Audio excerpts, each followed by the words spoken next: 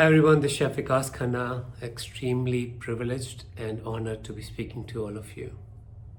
I love the subject of today, focus and unfocus.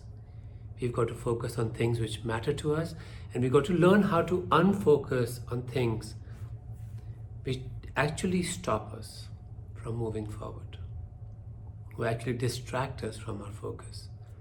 There's an old saying that climbing the mountain is easy. Mountain is not the hindrance. It's the little pebble inside your shoe which stops you. So you got to remember that the bigger challenges are sometimes easier to overcome as compared to the smaller ones, which actually make us stop and slow down. So we're going to talk about focus first.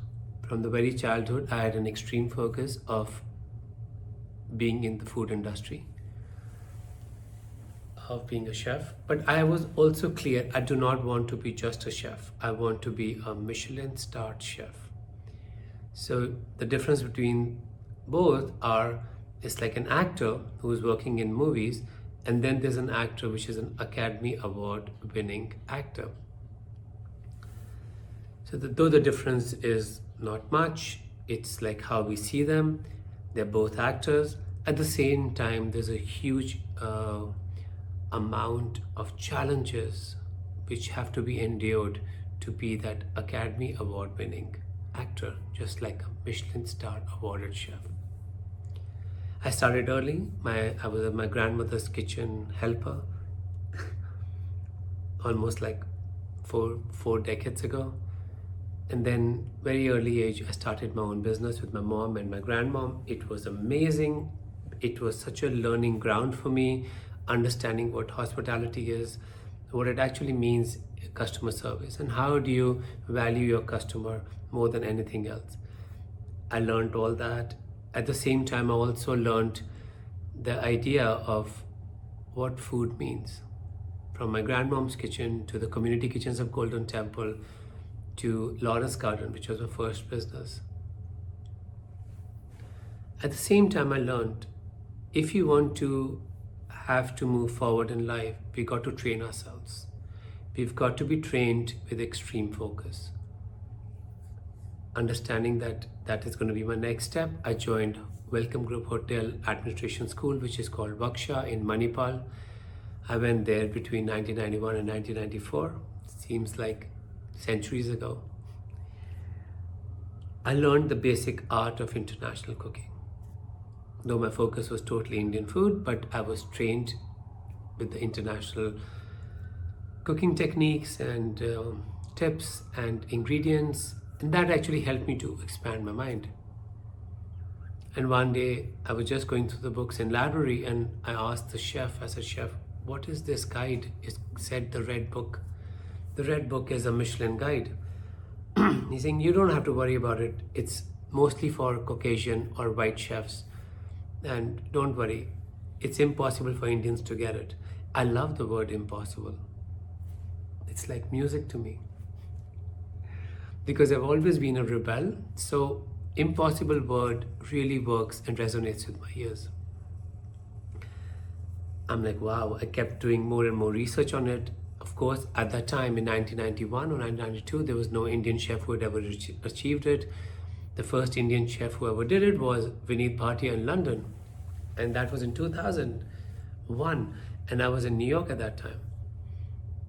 But I kept learning, growing, understanding on that focus, that it will require extreme level of focus, dedication, and to put my blinders on to achieve that excellence in cooking. I got an opportunity to work with Taj, with Oberoi's, with ITC hotels, and eventually I got an opportunity to work with the Leela Kempensky in Mumbai. And that was eye-opening for me. First job, big deal, in Mumbai. I come back after a few years to Amritsar to continue running my business. At that time, I had given up on that dream because I knew it from Amritsar. I will just be somebody who's going to be making money. I was extremely successful with my catering business, but I would never be achieving that glory. It's like, you can be a multimillionaire, but to achieve something which you can't buy, which you have to earn, which you have to really work for, you have to compete for it, I might not be able to do it. So maybe somewhere back of my mind, I had forgotten about that focus. But in 2000, there was a mishap which happened in Amritsar in my banquets, and I decided to move to US. And I decided at the age of 29, I moved to New York.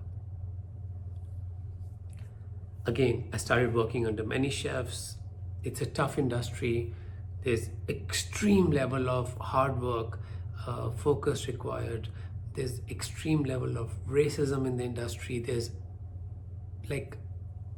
I've never seen this kind of harsh industry when it comes to rising.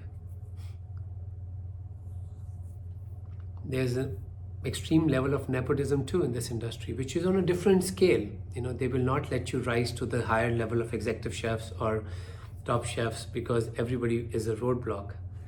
So that was okay because I love those challenges, but some days it was very hard to crack this, but I kept the focus on. But it was in Paris where I was working once in 2008 training under a chef, and I realized when he said that Indian chef will never achieve this kind of glory of international stages. That really broke me. That broke me. And that time I came back to New York. I said, now the only way we can achieve it with extreme focus. I focused and I just stood by that. I stood by that dream, which was in my heart for years and years. But somehow it was impossible to achieve, so I kept suppressing it and pushing it back on the back burner. But eventually, in 2008, I put all my energy and focus into this. In 2010, we opened a restaurant in New York. In 2011, on October 4th, I got the Michelin star. Focus.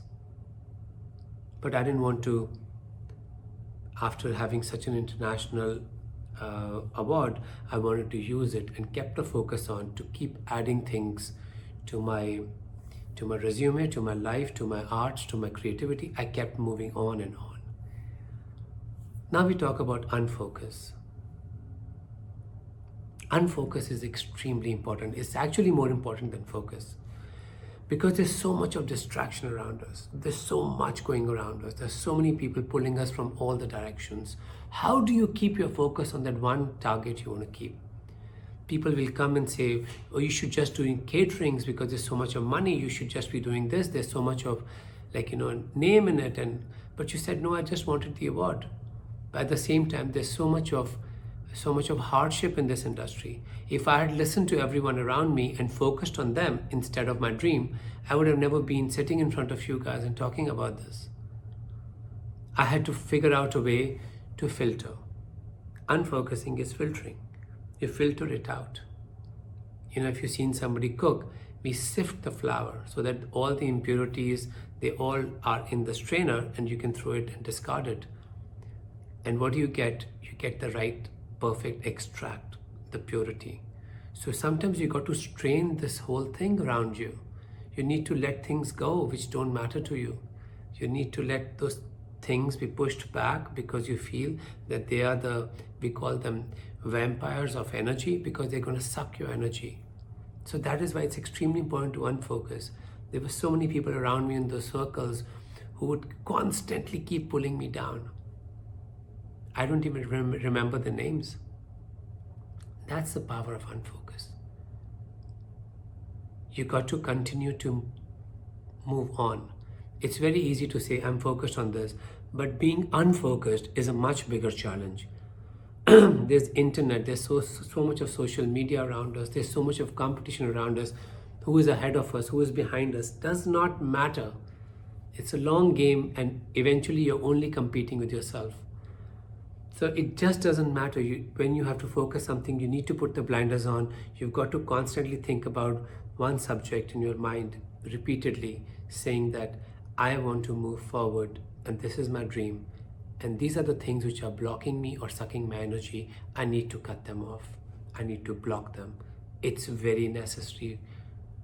Unfocusing is much harder because there are too many parameters and there are too many forms of it. Focus only has one form. So you got to remember that it's equal in perfect ratios.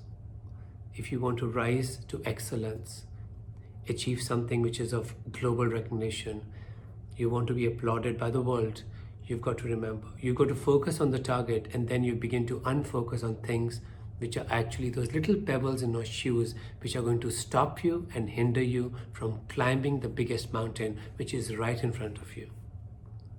So clear your shoes and your mind and move forward. You're the new hope for our country. You're the new hope for your family, cities, wherever you are. You might be able to create a new vision of art, or maybe create so much of employment for people. You might be able to empower people. Some of you will open your foundations. Maybe you will be the reason we all say with a lot of pride that we are Indians. That can only happen if we continue to train ourselves. We cannot stop reinventing. We cannot sit on our laurels. We can't say that, you know what, I did this and I'm done. No, you got laurels come to your life and accolades come to your life in terms of responsibility. And those are your awards for your focus. But those are responsibilities to push the cart even further. Things which uplift you, remember to use those tools to uplift others. Thank you.